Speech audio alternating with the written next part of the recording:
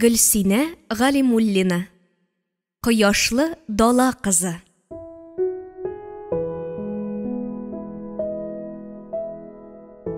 Икенче бүлек. Саниянең җәйге каникул көннәренең бер айы Исламбай янәшәсендә узды. Аның белән һәр очрашу төрле төсләргә кереп бизәлде. Ул кызны гаиләләре белән ял итә торган утрауларга алып барды.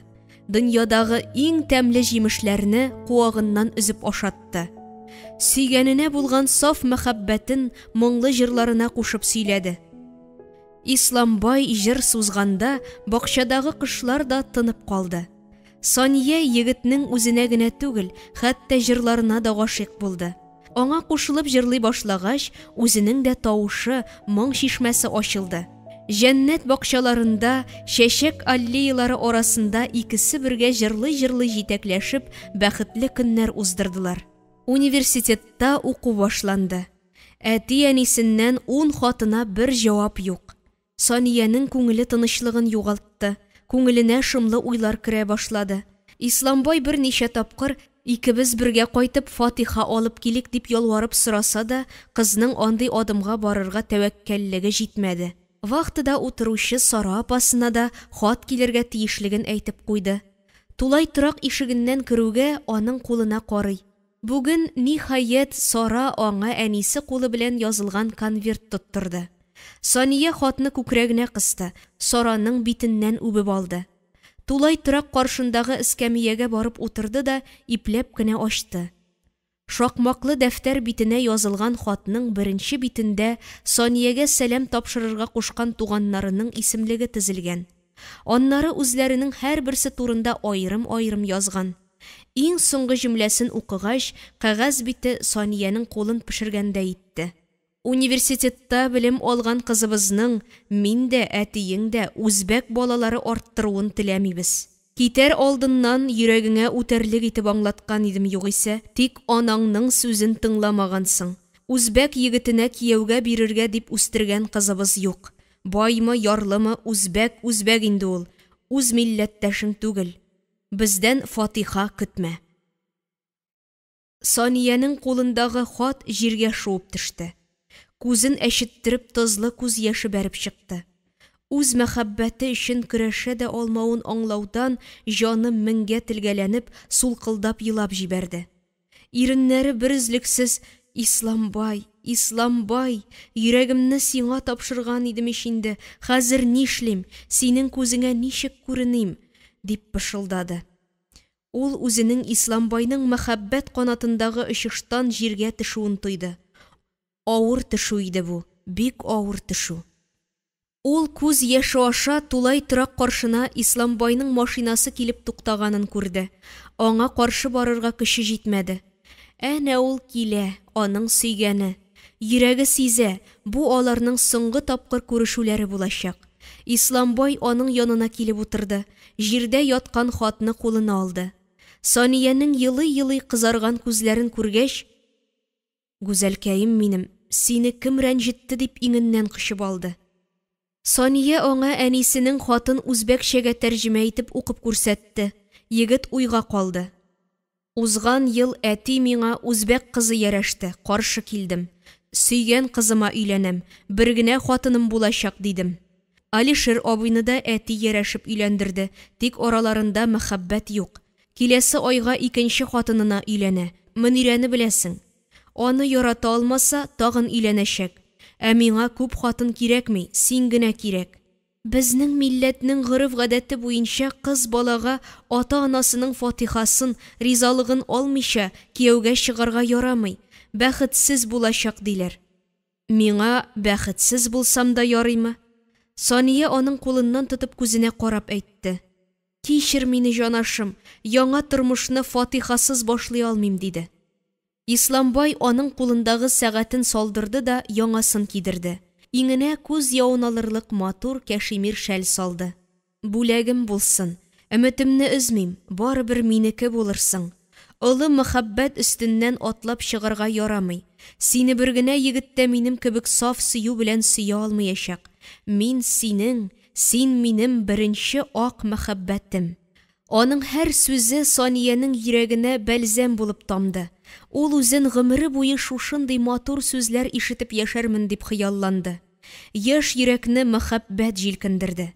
Әгәр дә әти-әнисенең сүзен тыңламыйча кияүгә чыгарга ризалашса, башына килгән шайтан коткысыннан тәне калтырап куйды, акылы уянды. Ярамый. Аларга күктә никах укылмаган, бергә булырга язмаган. Шушы урында хушлашырга һәм башкача очрашмаска. Сания үзен кулга алды, саубуллашырга кулын сузды. Егет кызны үзенә тартып китерде дә, «Гүзәлкәем минем, кадерле гөлем» дип кайнар кочагына алды. «Хуш, Исламбай», диде кыз. Исламбайның машинасы ераклаша барган сайын Сания яраткан кешесенең мәхәббәт канатындагы очыштан җиргә төште. Башка көнне җиңел генә ачылган тулай торак ишеге дә бүген авыр тоелды. Бүлмәсенә кергәч, яралы кыш кебек караватына бөгәрләнеп ятты. Бәхетле көннәрдән торган ак мәхәббәт тормышы тәмамланганын җаны тәне белән тоюдан Саниянең йөрәгеннән кан саркыды. Тормышын Исламбайдан башка кеше белән күз алдына китерә алмады. Әнисе юраган татар кешесе кем соң ул? Аның да җәннәт бакчалары бармы? Саниягә җылы як җимешләрен агачыннан өзеп каптыра алырмы? Хуш исле чәчәк аллеялары арасыннан йөргәндә үзенең моңлы җырлары белән аны әсир итәрме? Исламбай, кадерлем, белмим, бу тормышта синең мәхәббәтеңне алыштыра алырдай татар кешесе очрармы дип пышылдады. Сания үз уйларыннан үзе куркып сикереп торды. Тәрәзә каршына килеп басты. Аңа хәзер ике юлның берсен сайларга кирәк. Я укуын тәмамламаган килеш Баулыга кайтып китәргә, я Исламбай белән башка очрашмаска. Эх, әти, әни, нишләп минем бәхетле булуымны теләмәдегез? Исламбайның ак мәхәббәтебез өстеннән атлап чыктың. Сине берәү дә мин яраткан кебек саф сөю белән яратмаячак дигән сүзе йөрәгемә ук кебек кадалды. Миңа киңәш бирердәй кеше дә юк бит янәшәмдә, әни. Аны беренче көненнән якын итеп кабул иткән татар хатыны Сара апасын күз алдына китерде. Уйларын тәртипкә салырга тырышып, вахтыга чыгып утырды. 50 яшьләр чамасындагы хатын булса да, аңа бу яшен генә биреп булмый. Йөзе вакытыннан алда таушалган, йончыган. Саниянең юкка гына янына килеп утырмаганын аңлап, елмаерга тырышты. Әниеңнән начар хәбәр алдың ахрысы. Хатны укыгач төсең качты. Исламбай да буйыгып китеп барды дигәч, ул аның тәрәзә аша барысын да күзәтеп торганын аңлады һәм ничек бар шулай сөйләп бирде. Санияны тыңлаган сайын Сараның йөзе караңгылана барды. Сөйләвеннән туктарга кушты. Бөтенләй дә үзенә хас булмаган тавыш белән: "Минем ялгышымны кабатлыйсың, бала", диде. "Мине дә әти-әнием яраткан егетемә кияүгә бирергә каршы килделәр. Хәлле кеше баласы дип ирем Лотфуллага димләделәр. 2 балабыз тугач, кулаклар дип гаиләбез белән сөргенгә озаттылар." Сара сөйләүдән туктады. Кызның хәзер нишләргә теләү белән кызыксынды. Исламбайның күзенә күренмәс өчен Сания аннан фатирга урнашырга ярдәм итүен үтенде. Сара бераз уйланып торды да, аны үзләрендә яшәргә чакырды. Сания аңа кат-кат рәхмәт әйтте. "Егетең килер бит, аңа нәрсә дип ялганларга кушасың", диде Сара. "Татар кешесенә кияүгә чыкты дип әйтерсең. Мөнирәгә дә шул сүзне әйтергә кушарбыз. Мине уйлап йөрәге үзгәләнмәс, тизрәк онытыр. Бүлмәдәш кызларга да кияүгә чыктым диярмен." Ялганга корылган сүзләрне әйткәндә, Саниянең үз йөрәге дә меңгә телгәләнде. Наҗия апасы кияүгә чыккач, әнисенең аңа әйткән соңгы сүзен исенә төшерде. Тормыш ул юл. Анда таулар, кыялар бар. Тауга менгәндә атың кыяларга бәрелеп яраланганда да, хыял канатың армасын, кызым. Безне бу дөньяда хыял белән өмет яшәтә. Ул чагында Сания бу сүзләрнең тулы мәгънәсенә төшенеп җитә алмаган иде. Менә хәзер тормыш тауыннан менгәндә беренче кыяга үзе килеп бәрелгәч аңлады, башына барып җитте. Тормыш юлын алга таба дәвам итү өчен сөйгәненнән качып барышы. Ул үзен кыя читендә дип хис итте. Исламбайның юлын буташтыру өчен ялган белән дәвам итәргә тели. Аның бу карары дөресме түгелме икәнен дә белми. Күңелендә әнисе теләгән татар егете кем булачак дигән өмет кенә калды. Сания сумкасына бар булган әйберен тутырды. Бүлмәдәш кызларына кияүгә чыгачагын әйтте. Тик Исламбайга түгеллеген белгәч, бик аптыраштылар. Сара апасының сменасы тәмамланганчы Тулай торак бакчасындагы эскәмиягә барып утырды. Күңел күперенең юлы Исламбай белән үткәргән бәхетле мизгелләргә барып тоташты. Колагында ул башкарган үзбәк җыры яңгырый. Тормыш матурлык иле, яңгыр исеннән илһам ал, җилләргә сәлам бир, тулы көчеңә яшә, якты хыялларыңны чынга ашырырга көрәш. Санияның йодрыклары кысылды. Көрәшә ала идеме соң ул? 100 000 тапкыр үз-үзенә шушы сорауны бирә, тик дөрес җавап таба алмый. Сөйгәненнән качып, чит йортка фатирга керергә җыенды. Бу адымын дөрес ясыймы? Әллә гомерлек үкенече булачак ялгышлык эшләргә җыенамы? Шул чак Тулай торак каршына Исламбай машинасы килеп туктады. Санияның йөрәге читлегеннән очып чыгардай булып каты итеп тибәргә кереште. Машинасыннан чыкты, вахтага кереп китте. Сания башындагы яулыгы белән битен каплады да бөкрәеп утырды. Исламбай чыкты, күңелсезләнеп басып торды да машинасын кычкыртып китеп барды. Әни, әни, әни, син дөрес эшләмисең, мине бәхетсез тормышка дучар итәсеңне аңламыйсың, дип тирән итеп сулыш алса да яшен тыеп кала алмады. Җир өстенә төнге караңгылык иңде. Тулай торак ишегеннән Сара чыкты. Кулын изәп Санияне чакырды. Аның юлга сузылган озын шәүләсе артыннан сүзсез генә атлады. Озак бармадылар. Җыйнак кына кирпеш йортның урам ягыннан ачыла торган ишегеннән керделәр. Өйдә тынлык, аларны берәү дә каршыламады. Бер үзең генә яшисеңме әллә дип сорады Сания. Сара апасы аңа үз тормышын өч җөмлә белән әйтеп бирде. Ире үлгән, олы улы өйләнеп Ташкентка күченгән, кечесе Мидхәт хәрби хезмәттә. Тагын бер елдан кайтачак, Санияны улы яшәгән бүлмәгә урнаштырды. Шушында җайлаш, дәресләреңә әзерлән, укы, гыйлем ал, буш вакытыңда шелтәрләреңне бәйлә, кәтүкләр күп бездә дип кызның күңелен күтәрергә тырышты. Сания уйларын тәртипкә салырга тырышты. Йокыга изрәп китәсе, барысында онытасы килде. Юрган өстенә йөзе белән капланып ятты. Исламбайны уйламаска тырышты. Бер атна элек аларның Тулай торак бүлмәсенә төнлә билгесез кеше кереп, кызларның күлмәкләрен, яулыкларын урлап чыгуларын исенә төшерде. Иртән уянсалар, бүлмәнең урамга карый торган зур тәрәзәсе ачык. Укырга барырга киенә башладылар, күлмәкләре юк. Вахтыда кизү торучы Аннаны чакырып керттеләр. Ул җилкәсен сикертеп куйды да, урам тулы бомж, нигә тәрәзәгезне ачып йокладыгыз? Беренче катта яшәгәнегезне күрмәдегезме әллә? Үзегез гаепле дип ачуланып чыгып китте. 12 кызның ник берсенең төнлә белән бүлмәдә чит кеше йөргәнен күрмәү гаҗәпләндерде. Шул чак кисәк йокысыннан куркып уянган кебек, Вера: "Мин күрдем, кечкенә гәүдәле бер кеше йөри иде. Мин аны үзебезнең кызлар дип белдем. Карактыр дип башыма да китерә алмадым. Кызлар, куркыныч монда, мин курка башладым. Төнлә үтереп чыгып китсәләр дә бер нишли алмыйбыз икән бит. Яклаучыбыз да юк. Вахтерлар да төнлә рәхәтләнеп йоклыйлар. Икесе дә хатын-кызлар, алар нишли алалар. Карак ишектән керми шул, тәрәзәдән йөри", диде Сания. Ул көнне университетта да һәр кызның телендә бүлмәдән төнлә урланган күлмәкләре булды. Кызларның күбесенең алмашка кия торган 2 күлмәге бар, Санияның 3. Караклар аның иң яратып кия торган зәңгәр күлмәген урлаганнар иде. Исламбай да аңа шул күлмәген кигән көнне гашыйк булды. Сания күпме генә Исламбайны уйламаска тырышып ятса да, күз алдына килә дә баса. Юк, аны уйламаска мөмкин түгел, дип үз-үзенә каршы килде. Яшьлегенең иң матур көннәрен бергә үткәргән ак мәхәббәте бит ул аның. Исламбай Санияның йөрәк сыры булып, гомере буе сакланачак һәм ул аны уйлап юаначак. Шушы уйлары кычагында кыз чит караватта беренче төнен үткәрде. Йокыдан иртә торды.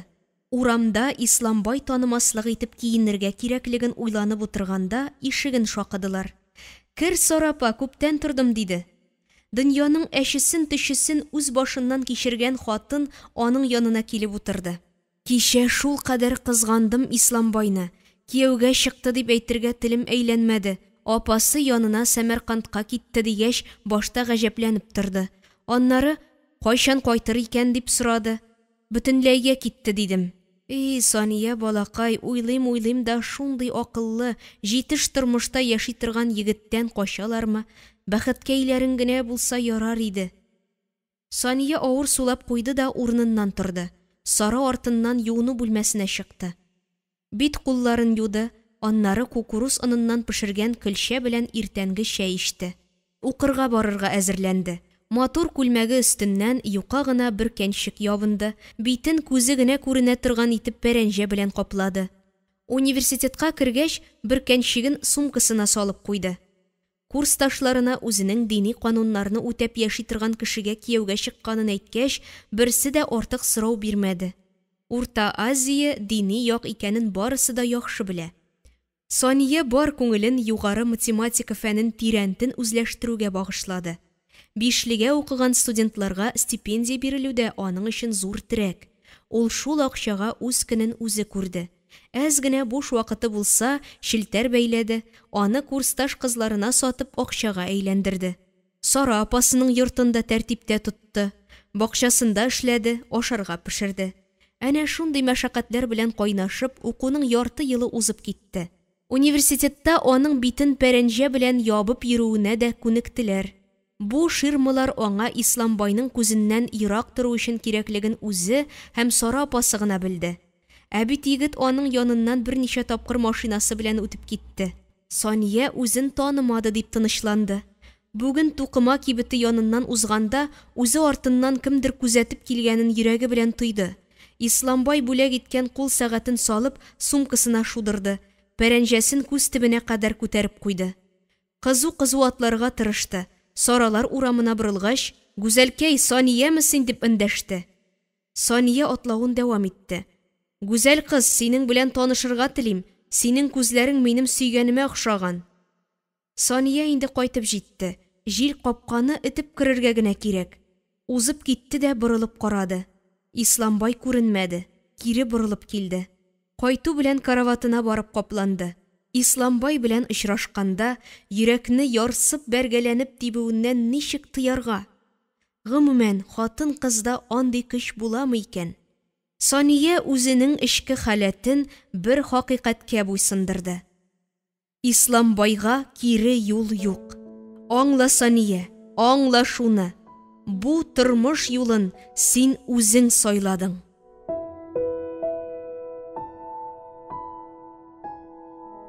Өченче бүлек. Сания икенче курс имтиханнарына бик җитди әзерләнде. Зачет кенәгәсенә бишле билгесеннән ким билге кертмәскә дигән максат куеп, үзенең ихтияр көчен тәрбияләде. Кешене якты өмет белән хыялы яшәтә. Ул да университетны кызыл дипломга тәмамлап, Наҗия апасы янына Сәмәркандка китәр, галимә булыр. Аңа укытучылары синнән бик зур гыйлемле галимә чыгачак диләр. Профессор булыр, зур югары уку йортларында студентларга белем бирер. Сания әнә шундый якты хыяллар белән икенче курсны гел бишле билгеләренә генә япты. Аның шатлыгын уртаклашучы бердән-бер якын кешесе Сара апасы. Кыз аягы җиргә тигәнен дә сизәрлек хәлдә түгел иде, фатирына очып кайтты. Өйдә өстәл янында хәрби диңгез флоты киеменнән бер егет утыра. Сания кергәч урыныннан торды. Сара, улым Мидхәт кайтты дип икесен таныштырды, кызны өстәл янына чакырды. Сания күз чите белән генә егетне күзәтеп алды. Кызларны аяктан егарлык шибәрләрдән булмаса да, мөлаем йөзле. Егетнең күзе үзенә төбәлгәнен сизеп, кыз кирфекләрен аска төшерде. Сания күңеле аша Сара апасы улы кайтышына әзерләнгән, өстәлдә ипи дә калын итеп киселгән, ашның да тыкмачы куе, тукланганчы ашарлык кебек уйлар йөгереште. Менә улым да кызым да булды дип әйтеп куйды Сара. Мидхәт Санияның кайсы яктан килгән кыз икәне белән кызыксынды. Укуларын сораштырды. Кыз җавап биргән арада әнисе дә үзеннән өстәмәләр кертеп кушылып утырды. Саниянең башлы кыз икәнен, әти-әниләренең дә затлы нәсел кешеләре икәнен җайлап кына әйтте. Менә бит аның турында Сара апасы нинди матур фикердә икән. Кызның күңелен күтәреп җибәрү өчен шушы бер җөмләдә җитте. Табын өчен рәхмәтен әйтеп бүлмәсенә керде. Чемоданыннан әнисе калдырган тормыш китабын алды. Исламбай белән бәйле истәлекләрне кабат яңартып укып чыкты да яңа биткә: «Әни, син юрап китергән татар егете Мидхәт булыр ахрысы» дип язып куйды. Әнисе бүләк иткән ак ефәк шәлне сыйпады. Исламбай бүләк иткән атлас яулыкны иңенә салды. Бер пычмагын битенә тидерде, икенчесен иснәп күңеленә ләззәт алды. Аның тормышына Мидхәт килеп керәчәген йөрәге белән тойды. Әнисе дә юкка гына улына аны мактап утырмады. Ана кеше өчен ир баланың башлы күзле булуы мөһимлеген Сания бик яхшы аңлый. Кем белә, бәлки ул аны башта ук улына ияләштерү өчен үзләренә алып кайткандыр. Фатирда яшәгән өчен акча да сорамады. Барысы да алдан уйланган булырга тиеш бу йортта. Бер атнадан соң Саниянең бүлмә ишеген шакып, Мидхәт керде. Үзе белән кинофильм карарга барырга чакырды. Кыз башта каршы килде. Арага Сара сүзе керде. Гел өйдә үткәрмә яшьлегеңне. Бар кызым дигәч, Сания ризалашты. Кино үзбәк телендә, онытылып карый торган тормышчан фильм булып чыкты. Мидхәтнең дә эчке дөньясын кузгатып җибәрде, ачылып китте. Белеменең 6 класс кына булуына уфтанып алды. Әни бер класста укымаган, аны укырга, язарга мин өйрәттем ди ихласлык белән. Абый 8 класс укыды. Гомумән Урта Азия ягында белем алуга артык игътибар бирелми. Минем үземә укымышлы кызлар белән аралашу ошый. Менә син миңа бик ошыйсың дип әйткәч, Саниянең бит уртасына ал сулык йөгерде. Егет белән ике арада киеренке халәт тудырмас өчен аның армиягә киткәнче кайда эшләү белән кызыксынды. Автопаркта слесарь идем, эшемне яратып башкардым. Техника җене кагылган миңа. Армиядан кайтуга яңадан шунда урнаштым. Җитәкчеләребез үзбәкләр, татарларны бик өнәп бетермәсәләр дә, эшчәнлегебезне яраталар. Үзбәкләрне чисталык ярата торган милләт димәс идем. Җиләк җимеш үстереп, шуны сатып көн күрәләр. Җылы як, җимеш кенә ашап яшисе дип, төрле яклардан халык Үзбәкстанга агыла хәзер. Минем уйлавымча, тора-бара җимеш иле аларны туйдырачак. Һәр милләт үз иленә кайтып китәчәк. Икенче ягы да бар, безнең сылу татар кызларын кысык күзле үзбәк егетләре эләктерергә генә тора. Татар кызы үзбәк балалары үрчетергә мәҗбүр була. Баланың милләте дә үзгәрә, теле дә онытыла. Мидхәтнең һәр җөмләсе Саниянең йөрәге аша узды. Соңгы сүзеннән җиңелчә генә башы әйләнеп алды. Югары уку йортлары тәмамламаган егетнең төпле итеп тирәнтен фикер йөртә белүе шак каттырды. Әнисенең үзбәк балалары үрчетер өчен үстергән кызым юк дигән сүзен исенә төшерде. Бит Сания әздән генә үзбәк хатыны булмыйча калды. Мидхәт бу сүзләрен әйтерсең лә аның өчен сөйли. Сара апа улына Исламбай турында сөйләгән мәллә дигән шик тә уянып алды. Саниянең тизрәк фатирына кайтып, җылы юрганы астында үз уйларына чумасы килде. Башка көнне бу вакытта йокларга ята иде. Кул сәгатенә күз төшерде. Ашыгасың мәллә дип сорады егет. Вакытны гына карадым дисә дә, адымын ашыктырды. Мидхәтнең акыллы фикерләре мәхәббәт ширеннән дәваланып җитмәгән кызның йөрәген тырмап алды. Фатирларына кайтып җитүгә Сания үз бүлмәсенә керде дә ишекнең келәсен төшерде. Әйтерсең лә егет аның артыннан керәчәк. Бүген аңа үз уйлары белән ялгыз калырга кирәк. Урынын җәеп, стенага аркасын терәп, җайлап утырды. Кулына укый башлаган китабын алды һәм геройлары тормышына күчте. Үзенеке онытылды. Саниянең көндезләрен вакыты университетта уза. Кичен дәрескә әзерләнә, укытучыларның лекцияләрен кабатлый. Бу шарада я китап укый, я челтәр бәйләп утыра да йоклап китә. Мидхәт эштән соң гына арып кайта. Алар күп көнне бер-берсен күрмиләр. Ял көне Сания бакчага Сара апасына җиләк җимеш җыярга булышырга чыкты. Мидхәт ял көне дә эшлиме әллә дип сорап куйды. Сараның күңел кәсәсе тулган булган ахрысы. Саниянең улы турында сорауы телен язып җибәрергә сәбәп булды. Һәр ана өчен үз баласыннан да әйбәте юк икәнен аңлаганга күрә, Мидхәтне мактап сөйли башлавына һич тә гаҗәпләнмәде. Саниякәем, әгәр дә югары уку йортларында укытырга мөмкинлегем булган булса, хәзер зур нәчәлник буласы кеше иде ул. Үзең күреп торасың, нәрсәгә тотынса, шул эш кулыннан килә бит аның. Үзем белем алмагач, улларымны да укытырга кирәк дип уйламадым. Сез укымышлы нәсел. Наҗия апаң Сәмәркандка кадәр барып институтта белем алган. Мөхәррәмә апаң да мөгаллимә. Син дә 2 елыңны укыдың, тагын 3 елдан дипломлы укытучы буласың, дигәч, Сания, Аллаһ буйырса күрергә насип булсын дип әйтеп куйды. Сараның сүзе бетмәгән икән әле. Улын Сания кебек укымышлы кызга өйләндерергә теләвендә яшереп тормады. Тик бер генә җөмләсен әйтеп бетермәде. Сине үземнең улым өчен фатирга керттем дигәнен. Сания ул сүзенә дә гаҗәпләнми иде. Һәр ана баласын үзенчә бәхетле итәргә тели. Мидхәт өйлә турында кайтып та җитте. Шымырт кара костюм чалбар, ак күлмәк алган. Яшьлекнең акылы үзе белән дигәндәй, Сания үзе дә уйлап бетермичә, костюм чалбар булды, никах көнен генә билгелисе калды дип әйтеп куйды. Кызның шул сүзе егеткә җитә калды. Бакчада гел Сания янәшәсеннән китмәде. Җаен туры китереп кулыннан тотып, ирененнән дә тидереп алды. Күзләрен мөлдерәтеп карап берничә тапкыр «Иң беренче күргән көннән гашыйк булдым сиңа» дип кабатлады. Сания аның сүзләрен йөрәгенә артык якын кабул итмәде. Гашыйк булып бер пеште, икенчесен өреп кабарга кирәк дип үзен кулда тотты. Җитди генә әйтеп, кияүгә чыгу күршегә кереп чыгу гына түгел бит.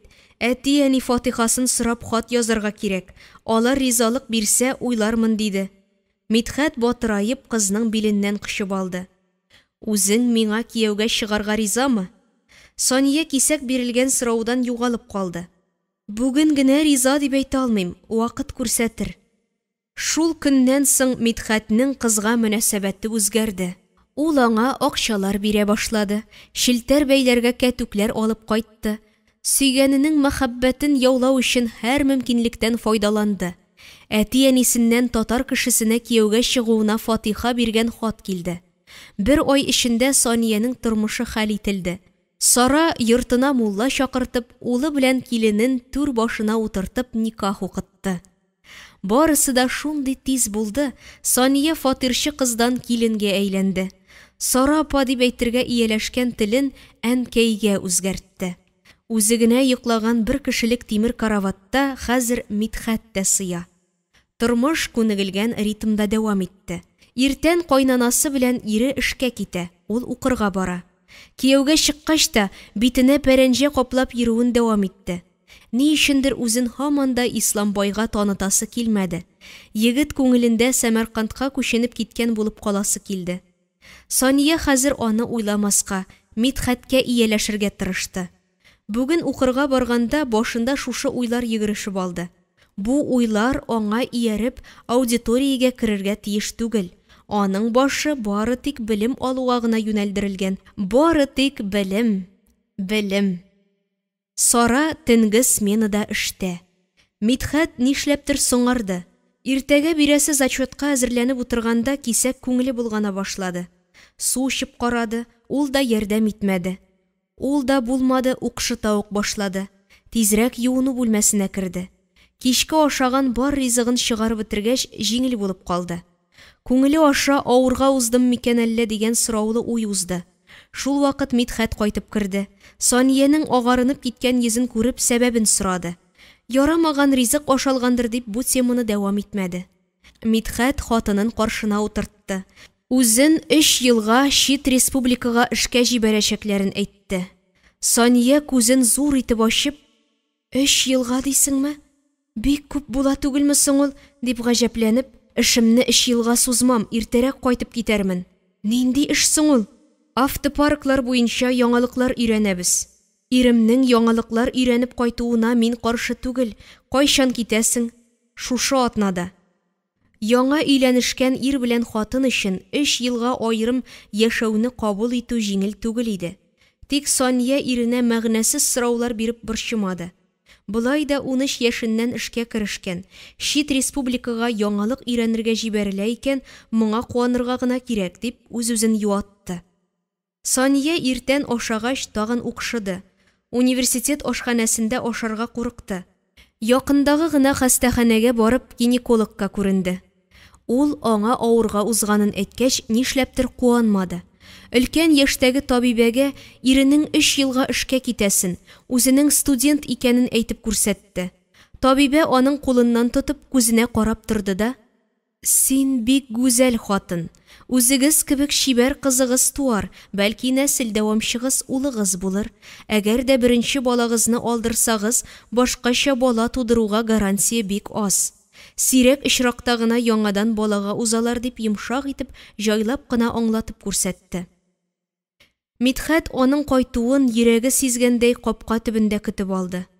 Сония аңа балалары туачагын әйткәч, иренең йөзе нур чәчкәндәй яктырды. Хатынын кочагына алды, битеннән үпте, рәхмәт әйтте. Әмма Мидхәт үзенең бүген төнге поезд белән китәчәген әйткәч, Сониянең күңеле тулды, иренең кочагына сыенып үксеп елады. Мидхәт аның колагына: "Озак тормам, кайтырмын" дип пышылдады. Сония үзен кулга алды. Сара яшьләрнең бер-берсеннән аерыласы килмәүләренә эштән генә куанды. Мидхәтнең чемоданына азык-төлек белән кием салым тутырды. Санаулы вакыт тиз узды. Тимер юл вокзалына озата бардылар. Сония вокзалны аерыла торган урын булганы өчен яратмый хәзер. Сара киленен култыклап алды. Ана күңеле сизгер, Сониянең буйыгып калган йөзендәге күз яшен яулыгы белән сөртеп алды. "Кызым, кызым, яратам сине. Үз балам кебек якын күрәм" дип килененә җылы сүзләр әйтеп кайтты. Үзенчә юатырга, тынычландырырга теләде. Төнлә белән Сониянең күңеле кабат булганды. Кичке ашын кысып бетерде. Кайнанасына авырга узганын әйткәч, ул нишләптер куанмады. Сония аның ни өчен сөенмәгәнен сорады. "Үзең студент, ирең китте, мин эштә, баланы кайсыбыз карар икән" диде. Табибә алдырырга кушмады. Сара бераз сүзсез генә уйланып утырды да, үзенчә яхшылык теләгән кебек сүз башлады. "Ул әле бала түгел, кан яралгысы гына. Ишек алдындагы 40 литр су салынган бидонны өстерәп йөрсәң, төшәр ул" диде. Сония укудан кайткач бер атна буе ишек алдында сулы бидонны өстерәп йөрде. Тик яралгы урыныннан кымшанмады. Сараның бу ысулы барып чыкмагач, икенчесен уйлап тапты. Сониянең эченә утта кыздырган кирпеч куя башлады.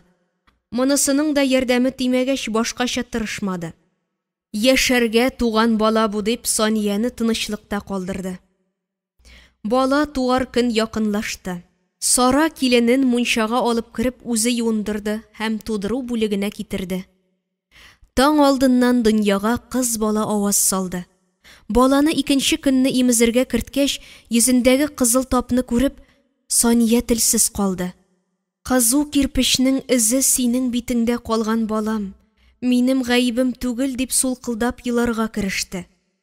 Сониянең борчылганын күреп табиблар миңгә охшамаган, 40 көннән бетәр ул диделәр. 10 көннән кайнанасы аларны алырга килде. Сабыйга күз салуга: "Ой, ямсез бала тапкансың, улым яратмаячак бу кызны" дип киленнең булай да яралы йөрәген утлы кисәү белән этеп алгандай сүз әйтте. Өйгә алып кайткач, балага Венера дип исем куштылар. Кайнана баланы бер кемгә дә күрсәтмәскә кушты. Үзенең дус үзбәк хатыны киңәше белән баланың битендәге кызыл табын бетерү эшенә кереште. Үзбәк хатыны баланы мичкә куйды, үзе мич башыннан 40 тапкыр "Миңле Венера" дип кычкырды. Бала әллә куркудан, әллә шушы ырымның тәэсиреннән 40-нчы тапкыр кычкырганда тыпырчынып куйды. Венераның битендәге табы көннән-көн кимеде. Дөрестән дә табиблар сүзе рас килде, тап бетте. Кайнанасы үзбәк хатыны бетерде дигән фикердә калды. Сония көн сайын укырга йөри алмаса да, зачетларын, имтиханнарын үз вакытында тапшырды. Күршеләрендә үзе кебек яшь бала үстерүче хатын белән дуслашты. Укырга барган вакытта Венераны аңа калдырды. Күрше хатыны баланы үзенең күкрәк сөте белән имезеп торды. Сания үз-үзенә балам бар дип укуыма зыян килергә тиеш түгел дигән максат куйды.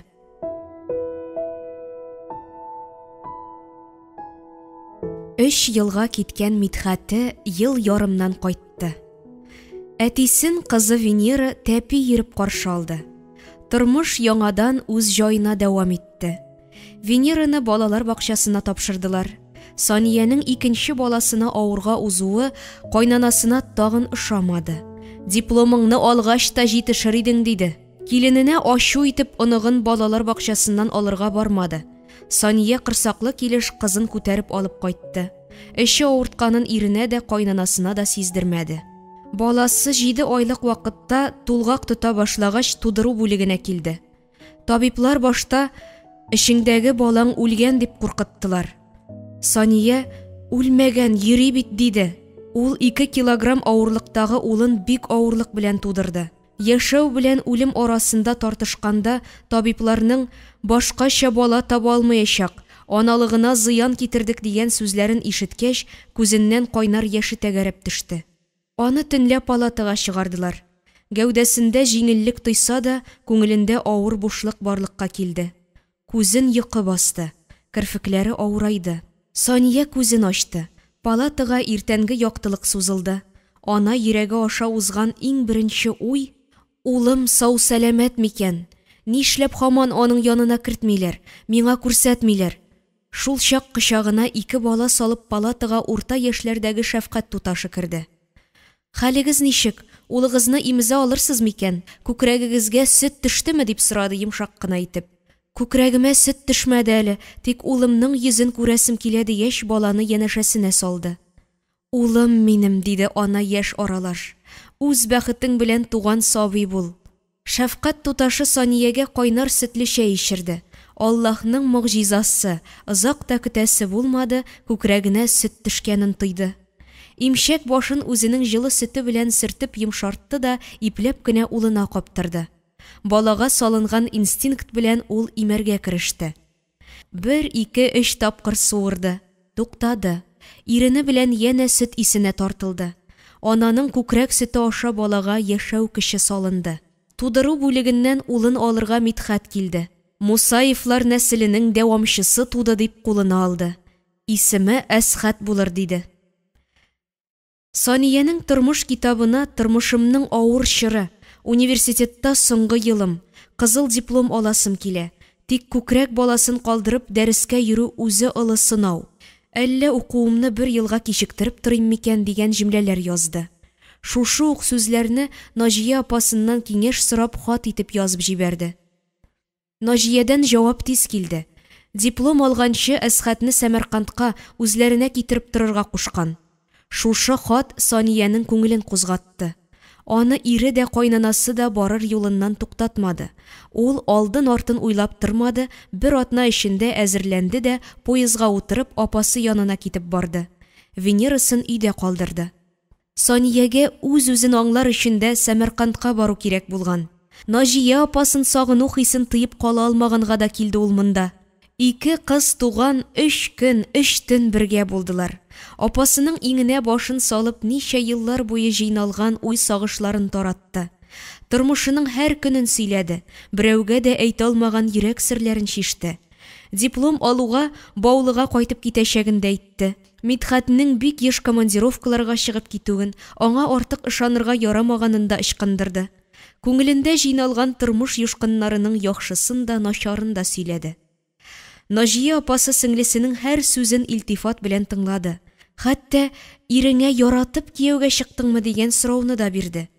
Наҗия аның Исламбай турында сөйләгәндә күзләренең ычкынланып янганын, ә Мидхәткә күчкәч ул ялкынның сүрелгәнен дә күрде. Мәхәббәтеңнән качып барганда кулыңнан беренче тоткан кешегә кияүгә чыгарга мәҗбүр булгансың икән. Сара кыдагый синең уңган булган кыз икәнеңне күргән һәм улы кайтышына өендә килен әзерләп куйган.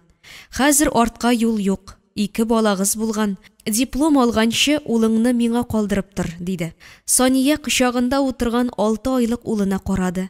Баласы белән аерылуны күз алдына китергәч, тәне дерелдәп куйды. Юк, апай, калдыра алмыйм икән. Сезгә килгәнгә 3 көн, Венераны ничек сагынганымны белсәң иде. Иртәгә безне озатырсың. Әгәр дә монда килмәгән булсам, әни кеше өчен балаларыннан да газизрәк, кадерлерәк җан иясе юк икәнен аңларга вакытым булмас иде дигәч, Наҗия сеңлесенә яхшылык эшләргә теләгәнен тагын бер кат әйтеп карады. Диплом алуыңа китереп бирәм улыңны дисә дә, Сания аның күзенә мөлдерәтеп карап, юк дип башын селкеде. Сания Сәмәркандтан кайтуга Мидхәт 1 елга командировкага китәчәген әйтте. Хатыныңны 2 бала белән калдырып китәсеңме, диде Сара, улының юлына аркылы төшәргә тырышып. Мидхәт әнисенең сүзенә каршы, башка чарам юк бит минем, кайда эшлим соң? Эш юк бит, үзең күреп торасың. Бәлки 1 ел тормам, алдагыларында иртәрәк кайттым бит. Киленеңә син булыш. Сания шушы көнне бу йортта үз-үзеңә ышансаң гына яшәргә мөмкин икәнен аңлады. Аның һәр иртәсе Венераны балалар бакчасына илтүдән башланды. Калган вакытын улы белән үзенә, ягъни имтиханнарга әзерләнүгә багышлады. Тырышкан таш ярыр диләр. Имтиханнарын тапшырган сайын Саниянең күңел күге көннән-көн яктыра барды. Соңгы имтиханын тапшырып кайткан көнне ул үзен Баулыга, әти-әнисе йортына кайтырга әзерли башлады. Кайнанасына бу хакта әйтергә җыенып йөргәндә, килененең уйларын укыган кебек үзе сүз башлады. Сания, дөресен әйтим, син укымышлы нәсел баласы. Әти-әниең исән чакта кайтарып куясым килә сезне. Кыргызстанда калмаска кирәк. Мидхәт белән дә тормышың барып чыгарына ышанып бетә алмыйм әле. Гаиләсен ташлап 1-2 елга командировкага китә торган эш буламы? Ялгыз ирнең анда вакытын ничек үткәргәнен белеп булмый дип күңел түрендәге серләрен ачып салды. Кайнана белән килен кара каршы утырып, авылга кайту планын кырды.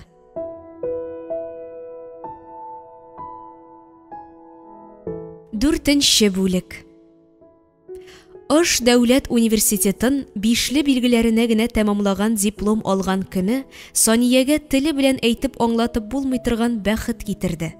Үз-үзенә ышанышы, көче артканын тойды. Күңел түрендә мин югары белемле физика-математика укытучысы дигән горурлык хисе уянды. Шул көннән Баулыга кайтырга әзерлек башланды. Кайнанасы поездга 4 билет алып кайтты. Кием салымны тутыру өчен юлда йөртергә уңайлы чүпрәк сумкалар текте. Поездда 3 көн ашарга җитәрлек азык-төлек тупладылар. Сания иренә хат язып карават өстенә куйды. Сине ташлап китү дип уйлама. Август айында миңа эшкә урнашырга кирәк. 1 сентябрьдән мәктәпләрдә укулар башлана. Командировкадан кайчан кайтачагың билгеле булмагач, көтә алмыйм. Гафу ит. 2 сабыйны күтәреп, аркаларына төенчекләрен асып, кайнана белән килен озын юлга чыкты. Кояшлы даладан башка ил җир күрмәгән Сания өчен поезд тәрәзәсе аша Рәсәй җире яңа дөнья булып ачыла барды. Тимер юл буйларында сузылып калган куе урманнар, иген кырлары, җигүле атлар. Бу манзара аның күңел күгенә яңа тормыш дулкыны булып килеп керә торды. Татарстан урманнарында йөрисе, анда нинди агачлар үскәнен күрәсе килде. Алтын су төстәге иген кырлары янәшәсенә ап-пак мамык кырын күз алдына китерде. Санияне монда яңа тормыш көтә. Урта Азия яклары аның үткәне, бүгенгесе һәм киләчәге Татарстан җирендә дәвам итәчәк. Үзенең репрессия корбаны икәнен уйлап, тәне калтырап куйды. Уйлар йомгагы тәгәрәп алды. Ул шушы урманнарда җиләк җыеп, арыш бодай икмәге ашап үсү бәхетеннән мәхрүм ителде. Язмыш алар нәселе белән аяусыз кыланды. Кызым, ниләр уйлыйсың, диде Сара. Татарча сорау биргәч, Сания уңайсызланып куйды. Тиз генә җавап бирә алмады.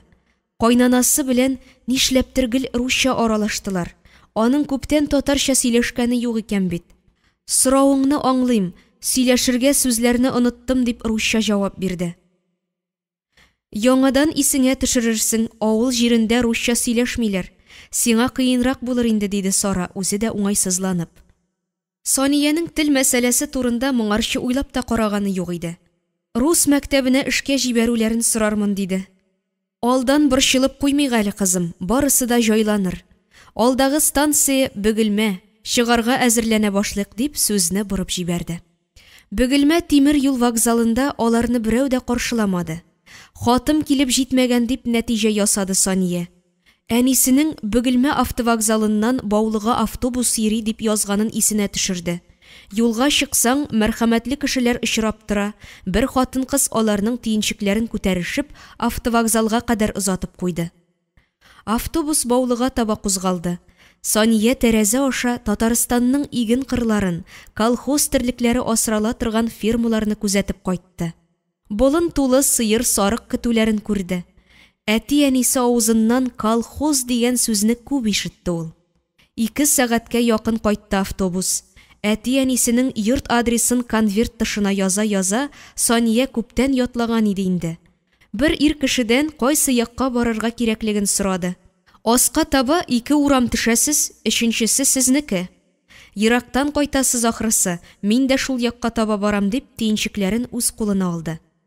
Сара Венераны җитәкләп, Сания Әсхәтне күтәреп, ир артыннан атладылар. Иске генә йорт каршында туктап калды. Хәлим абый белән Рәхимә апа шушы йортта яшиләр дип капканы ачып ишек алдына кадәр кертте. Хәлим абый, кунакларны каршы ал дип ишегенә шакыды. Өйдән башта әтисе, аның артыннан алъяпкычына кулын сөртә-сөртә әнисе чыкты. Алар кызларын күреп бер мәл тынсыз калып басып торды. Барысында мизгелләр хәл итте. Сания без кайткан әтисе дип Рәхимә башта кызын кочаклап алды. Аннары Сара кыдагый, исән сау кайтып җиттегез, әлхәмдүлилләх дип 2 кулын сузды. Ул арада Хәлим 2 оныгын күтәреп өйгә алып кирип китте. Әти-әнисе белән күрешү сөенеченнән Санияның күңеле 7 кат күккә күтәрелгәндәй булды. Өйгә кергәч, әтисе янына утырып хәлләрен сорашты. Үзебез исән чакта кайттыгыз, кызым. Кияү белән ул бу хәл юктыр ич дип соравына җавапны Сара бирде. Мәхәббәтләре чын булса, яңадан кавышырлар. Сания кебек гыйлемле, университет тәмамлаган дипломлы киленемне Кыргызстанда калдырасым килмәде. Минем улым гади автомеханик. Ул бик башлы, тик белеме юк. Укыта алмадым кыда. Заманасы шундый булды диде. Хәлим кияү турындагы сүзне башкача озайтмады. Кызы иреннән аерылып кайткан дип үзенчә нәтиҗә ясады. Үз сөягебез үзебездән артмас, кыдагый. Озын юл узып кайтаруың өчен рәхмәт дип табын янына чакырды. Миштән алган кайнар эчпочмакның хуш исе борыннарын кытыклады. Кеше якта самавыр чыжлаган тавыш та өйгә ниндидер рәхәт җылылык өстәде. Рәхимә белән Хәлим оныкларын үз яннарына утыртып, үз кулларыннан ашаттылар. Һәр берсенең куаныштан йөзләре нур чәчә, сөйләшер сүзләре берсе икенчесенә ялганды. Өстәлдәге табак тулы эчпочмак та ашалып бетте, самавырның суы да тамчылап ага башлады. Санияны монда күченеп кайткан туганнарының ничек яшәүләре, Хәлимне Кыргызстандагы хәлләр кызыксындырды. Сара оныклары белән йокларга ятты. Өстәл янында әти-әнисе белән Сания генә калды. Яхшы йорт сатып алырга җитмәде акчабыз. Менә шушы 4 почмаклы өйдә яшәп ятыр. Яшь чак түгел, артыгын эшләп булмый. Ир балаларыбыз үлмәгән булса, хәзер алар көч-куәтле, гайрәтле егетләр булырлар иделәр. Юк бит. Аллаһ үзе бирде, үзе алды. Шушы тормыштан риза булып яшибез дип кызына күңелендәге моңын таратты. Бик озак сөйләшеп утырганнан соң Рәхимә йокларга кирәклеген әйтте. Санияны кеше якка алып чыкты.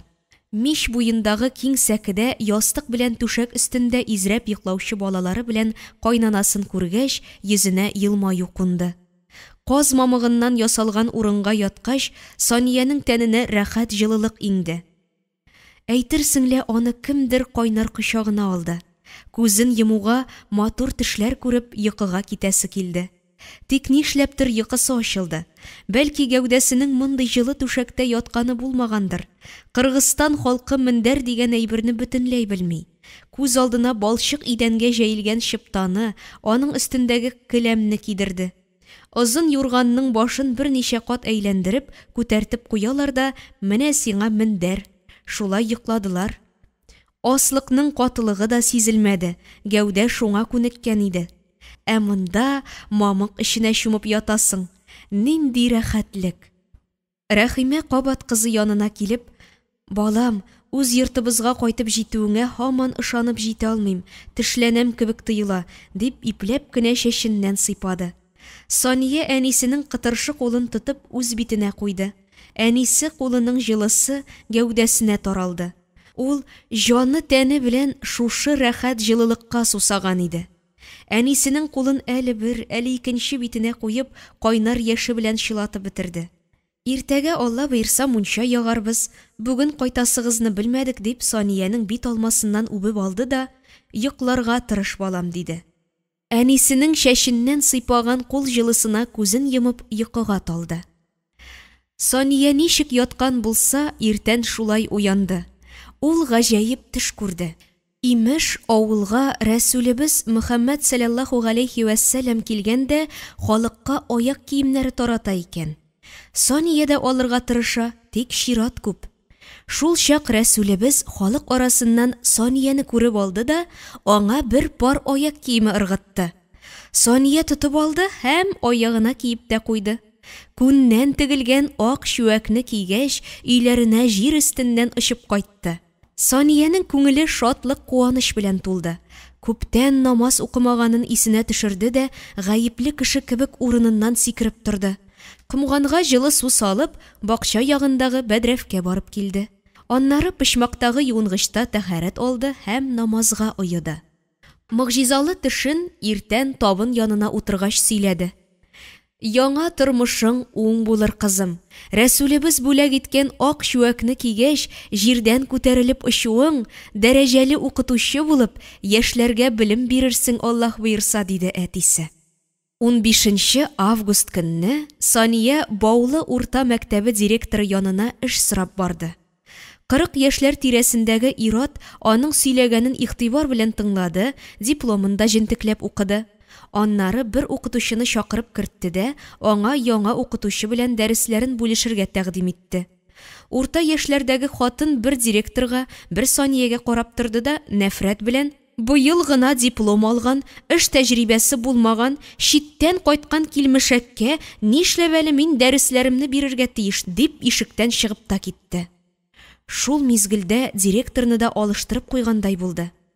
«Сания Халимовна, мәктәп фатир төземи. Сез читтән күченеп кайткан кеше. Аңлавымча, сезгә яңа тормыш корырга кирәк. Мин сезгә ярдәм итә алмыйм. Район мәгариф бүлегенә барып карагыз әле. Бәлки алар ярдәм итәр», диде. Сания директор кабинетыннан бик күңелсезләнеп чыкты. Иртән мәгариф бүлеге җитәкчесе кабинетына керергә торучы кызлар егетләр янына барып басты. Һәр берсе эш сорап килүчеләр. Күпчелеге урта белем белән. Югары уку йорты тәмамлаган дипломлы укытучылар икәү генә иделәр. Чираты җиткәч, 2 катлы ишек аша Сания кабинетка узды. Кыргызстаннан күченеп кайтуын әйткәч, ул яклардагы мәгариф системасы белән кызыксынды. Ош дәүләт университетын тәмамлаган дипломын кулына алгач, билгеләре белән танышты. «Безнең районда әлегә Кыргызстан университеты дипломы белән укытырга килүче юк иде.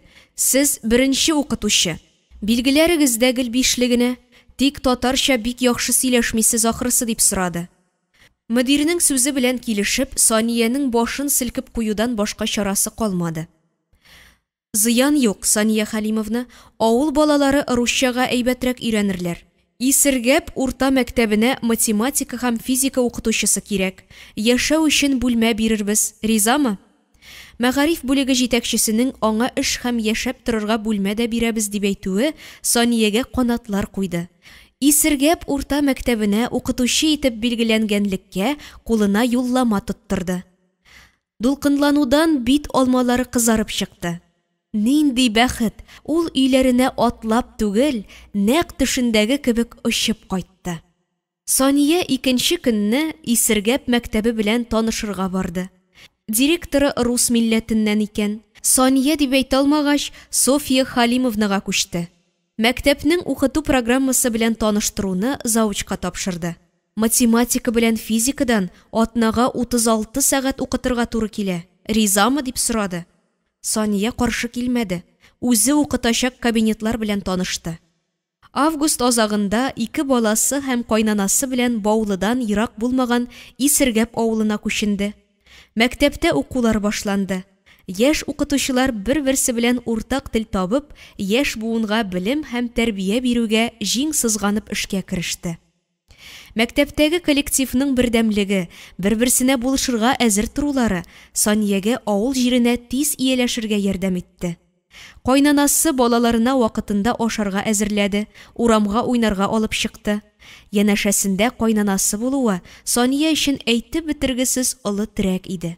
Исергәптә әйбәт кенә эшләп йөргәндә, аны Баулы районы мәгариф бүлегенә чакырдылар.